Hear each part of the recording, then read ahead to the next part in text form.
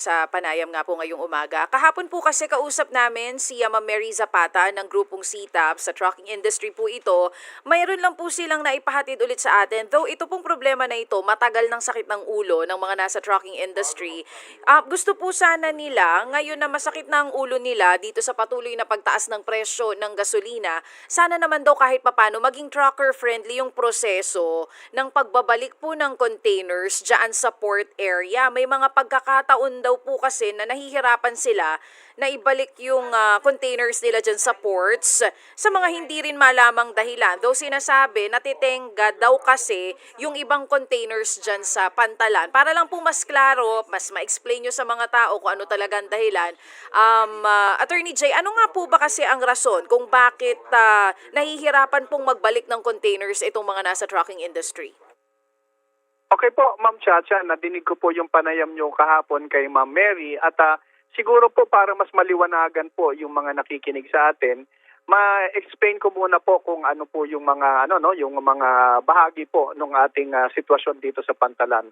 Unang-una po, yung pong nabanggit po ni Ma'am Mary kahapon, yung pong mga private container yard, iba po yan sa Pantalan. Yung pong Pantalan po natin, diyan po umaatraka yung mga barko na nagdadala po ng mga kargamento at diyan po dumadaan yung mga kargamentong may laman at diyan din po dumadaan pagpalabas na po ng bansa natin yung mga containers po na wala na pong laman.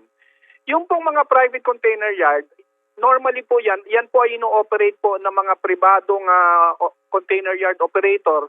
Sa labas po yan ng Pantalan at yan po normally ang kausap po nila at kakontrata po nila dyan ay yung po mga shipping line. Kasi po, kumbaga sa Ma'am Chacha, namili ka ng soft drinks na debote, isosoli mo po yung bote na wala ng laman, yan po ay basyo. Kumbaga, yan po mga container natin sa mas simpleng usapin, basyo po yan.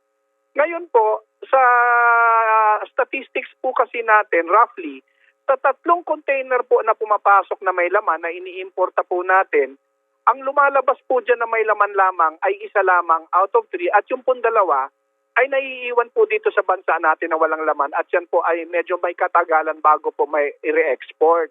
Kaya po nagkakaroon po tayo yung tinatawag pong imbalance kung saan yung pong pumasok ay mas konti po yung lumalabas. Kaya naiipon po dito sa bayan natin, sa bansa po natin, yung mga empty containers. Ngayon po, yan pong mga empty containers po na yan, parte po kasi ng barko yan, kumbaga tawag po nila dyan ay ship's gear, ano po yan, bale equipment po yan ng barko. So pumapasok po yan sa bayan natin, hindi po bayad yung mga duties and taxes niyan, hindi po yan nagbabayad sa Bureau of Customs at may exemption po kasi yan na sa loob po ng 90 araw, kailangan po ay mailabas na po ng Pilipinas ulit yan. Pero sa kasamaang palad po, dahil nga hindi naman po yan ma-re-export na may laman, naiiwan po yan dito sa Pilipinas nang mahigit pa po sa 90 days, kung kaya po naiipon po siya. Ang nagiging problema po ng mga truckers po kasi natin, kapag yan po ay naglabas po halimbawa ng kargamento po, so i-deliver na po yan sa warehouse, tatanggalin yung laman, yung pong empty na container, kailangan ibalik na po nila dyan sa mga private container yards po ng mga shipping lines. Ang problema po, pagdating po doon sa mga private container yards po ng mga shipping lines, punong-puno na po yung mga private container yards na yon dahil nga po sa nabanggit ko kanina, sa out of 3, 2 po ang naiiwan at yun po ang nagkakaroon po ng pag-iipon doon po sa mga private container yards.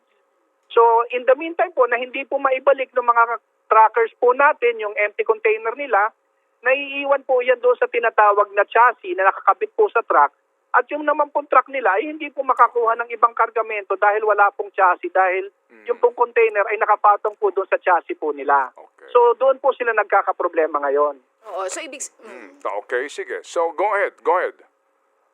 So, sa problemang yon, ano solusyon? Okay.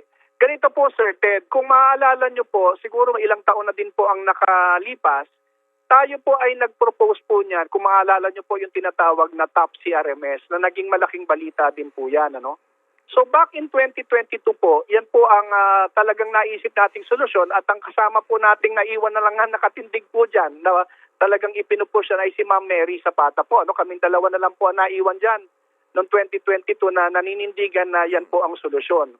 Kaya lamang po, yan pong solusyon na yan, una po, kinontra po yan ng mga shipping lines. Ano ang solusyon na ito, Kinontra po yan ng sir, iba- sir, ano ang solusyon na ito? Again, ano ang actual solusyon? Ang actual na solusyon po niya ay paglabas po nung container. Yan po ay dadalhin po natin sa container yard po kung saan ang mag-ooperate po ay PPA dahil po hindi na nga po magkasya doon sa mga private container yard. Okay. Kaya lamang po kumontra po ang shipping line dahil gusto nila sa sarili lang container yard na hindi naman po magkasya. Yung pong mga private container yard operator, kumontra din po dahil mawawalan daw sila negosyo. Yung ibang truckers po, kumontra sila. At tayo po dyan ay pinatawag pa po sa Senado at pagdating po sa Senado, ang sabi sa atin ay huwag nating i-implement yan. At ang suma total po niyan, yan po ay pinakansela po ng Department of Transportation sa pamumuno pa po ni Secretary Bautista noong 2022 kaya hindi po natin na-implement yan. Ang solusyon na yan sa inyong pong palagay, attorney, ang tanging solusyon ngayon.